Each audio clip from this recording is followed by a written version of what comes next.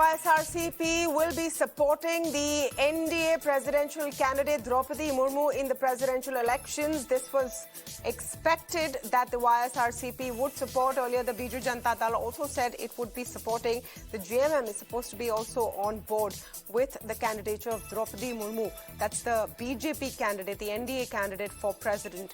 YSRCP has a 4% vote share on this. My colleague Somit on the phone line with us. Somit, what has been said in this statement?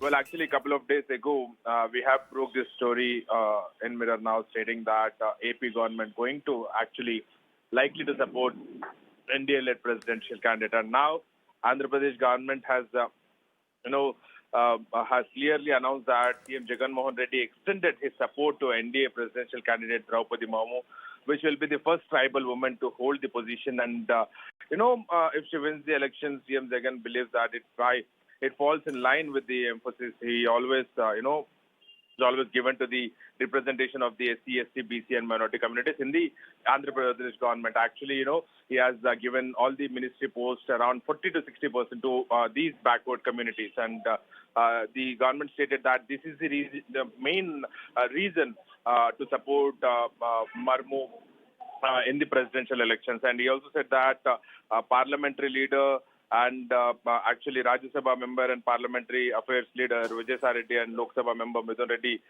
will be attending tomorrow's nomination program. All right. Thank you so much for that, Somit, there with the latest. Now, the AIADMK General Council meet today ended in chaos, and a high-voltage drama was witnessed as party coordinator O Panneerselvam and a few of his supporters staged a walkout. Even water bottles were thrown at them and slogans were raised against them as the walkout was staged. Amidst the power tussle between EPS and OPS, the council meet didn't end up discussing the 23 resolutions on the agenda as the members stuck to the demand of a unitary leadership. They further decided that any resolution would only be discussed after adopting a resolution of a single leadership favouring EPS. Let me tell you that out of 2,600 General Council members, 2,190 signed a letter demanding single leadership in the party, rejecting all other pre-decided resolutions. The chaos didn't just happen after the meeting, but before as well, as supporters from both sides were seen raising slogans. Remember, while EPS camp has been pushing for single leadership, OPS wants to maintain status quo. The next General Council meet would be held on July 11th. Meanwhile, we're learning that OPS and 4 others will be travelling to Delhi amidst the power game.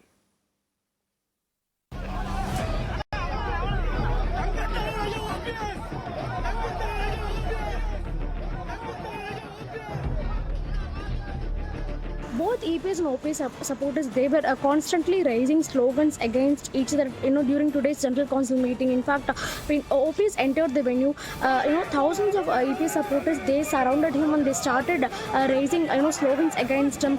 They called him a betrayer and they told him to leave immediately from the spot. To be frank, EPS supporters wanted OPS to not participate in today's General Council meeting. But meanwhile, the situation was not very peaceful inside the hall also, because as soon as the General Council meeting started, one of the former ministers of AIADMK, C.V. Shanmugam, he came up to the stage and he told that the General Council is rejecting all the 23 resolutions that were supposed to be discussed at the General Council meet today. He told that there needs to be a resolution about single leadership, and only then the EPS camp will allow for the rest 23 resolutions to be discussed.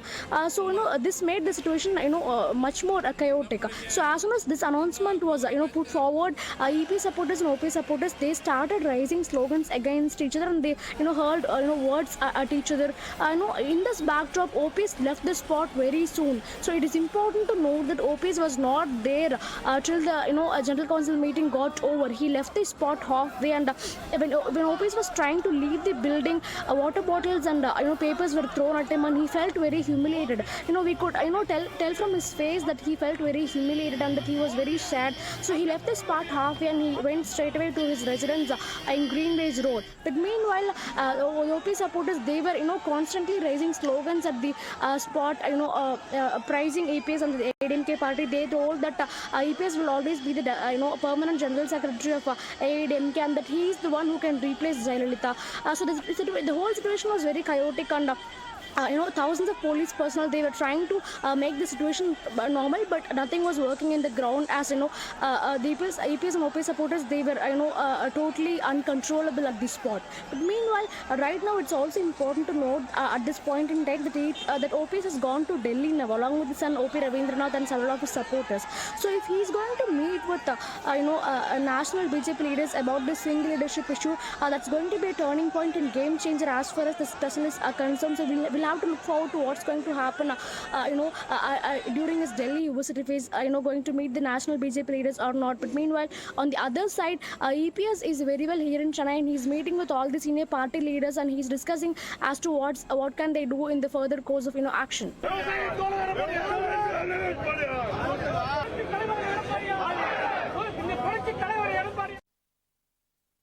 And some corporate news today. Billionaire Gautam Adani will celebrate his 60th birthday this year, and for this, the family has committed to donate 60,000 crore rupees to a range of social causes. This corpus will be administered by the Adani Foundation. Now, my colleague Vikram Oza is putting together the list of the most generous Indians. Yes, I mean, this is a big donation. There is no taking away from that. And speaking on that pledge, Gautam Adani has said it comes at a very fundamental level. Programs that are related to all these three areas should be seen holistically, and they collectively form the drivers to build an equitable and future-ready India. Our experience in large project planning and execution and the learnings from the work done by the Adani Foundation are going to help us uniquely accelerate these programs. This contribution from the Adani family intends to draw upon some of the brightest minds that have a passion to make a difference in the Adani Foundation's journey to do more towards fulfilling our growth with goodness philosophy. That's what Gautam Adani has said. Now, when we look at India's richest and how generous they have been, it's important to understand that this is not a direct comparison, and the numbers that we have over here are from FY21. Let's begin by talking about Azim Premji first, who donated over 9,700 crore rupees in FY21. In fact, he is topping that Edelgive Hurun India Philanthropy FY21 list for the second consecutive year with that contribution. In fact, his philanthropy focuses on furthering the cause of education. Then there is, of course, Shiv Nadar, the founder chairman of HCL Tech, who donated more than 1,200 crore rupees. This again in the same fiscal. In FY21, he donated 60 crores for pandemic relief too. We shift focus to Mukesh Ambani, the chairman and managing director of Reliance Industries, who donated more than 550 crore rupees. Very importantly, the foundation has supplied more than 55,000 metric tons of medical-grade liquid oxygen that was supplied across the country free of cost, again during the pandemic. This charity by Ambani mainly focuses on education as well. So that's as far as the Ambani contributions go. Turning our attention then to Kumar Mangalam Birla, the chairman of Aditya Birla Group, has donated as much as 377 crore rupees.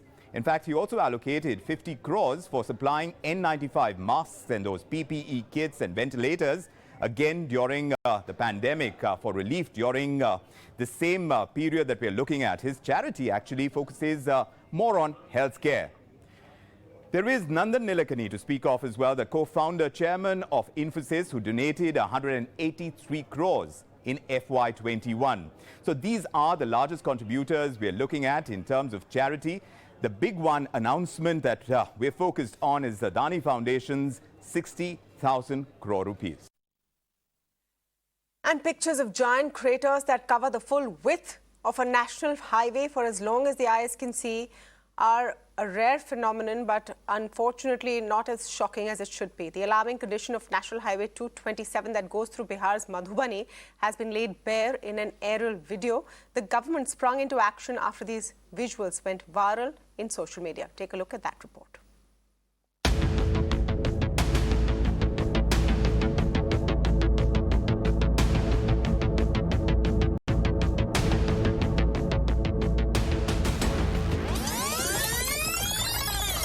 मैं विश्वास दिलाना चाहता हूं कि 2024 समाप्त होने के पहले बिहार का रोड नेटवर्क अमेरिका के बराबर हो जाएगा, ये विश्वास मैं आपको देता हूं। A drone video has captured 100 feet wide potholes on Bihar's national highway. Reports say this road has remained in this condition since 2015. Tenders have been floated 3 times so far to repair it, but all contractors are now missing, having left the work unfinished. This road is Bihar's National Highway 227, and the pothole-ridden road covers a 20-kilometer stretch. Besides being the national highway, there are approximately 15,000 families and at least 500 shops connecting to the road. In the rainy season, the water clogged in the potholes fills up and the excess water enters houses. In the dry season, dust and mud are a nuisance. Potholes in metro cities have always been a concern, and what is shocking is that this road has remained like this since 2015. Bihar's Road Construction Minister Nitin Naveen has now ordered a probe into this matter and assured that strict action will be taken against the contractor. However, the process of redesigning the road is underway. This video of giant potholes on Bihar's national highway has now gone viral. Reactions were also evoked from political strategist Prashant Kishore, who is a frequent critic of Bihar Chief Minister Nitish Kumar.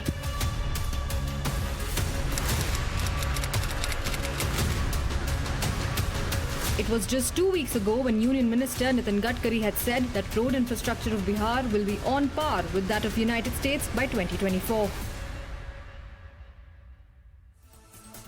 I just wish our MLAs were as worried about potholes and issues that concern us as they seem to be about grabbing power. Well, on that note, I thank you.